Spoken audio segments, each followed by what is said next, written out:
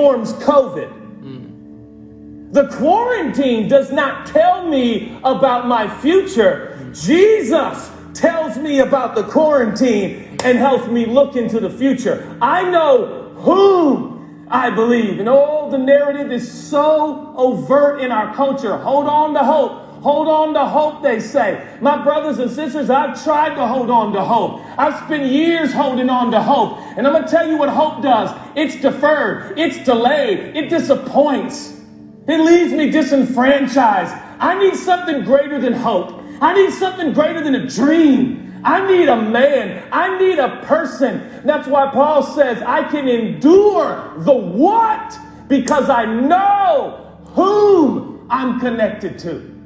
So in the pit of despair, as Paul's in prison with his sidekick Silas years later, and he's got sewage up to his waist, and they're naked, and they had been beaten, and they're in prison, and they're in a dungeon. Do you know what Paul started to do? He didn't say, God, where are you? Why is this happening? He started singing worship songs because he knew who he believed. Who he believed. At the end of the story, sorry, I'm yelling. I said sorry, that's not a real sorry, because that's not an authentic sorry, but I'm yelling because I'm passionate and I'm excited. These two guys, Jesus breaks the bread. Remember, at this table at the end of their walk. And immediately he breaks the bread, their eyes are open, and Jesus vanishes. Gone. And the camera stays on the scene, even though Jesus is gone. It stays on the scene. And these guys in Luke 24, they look at each other and they say this. Please hear me. And I end with this. I'm going to read one more scripture.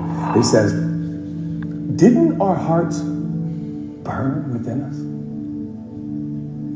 Didn't our hearts burn within us? This is how faith works. Didn't our hearts burn within us when he opened up the scripture? When he showed us how to read the Old Testament?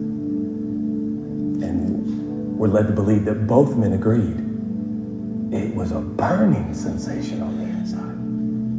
And I end with this. I want to explain to you how Paul ends up relating to hope.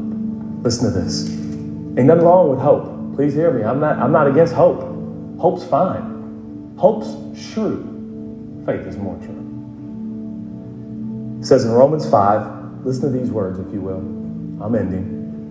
Therefore, same guy, Paul now. Since we've been justified by faith, we have peace with God through Jesus.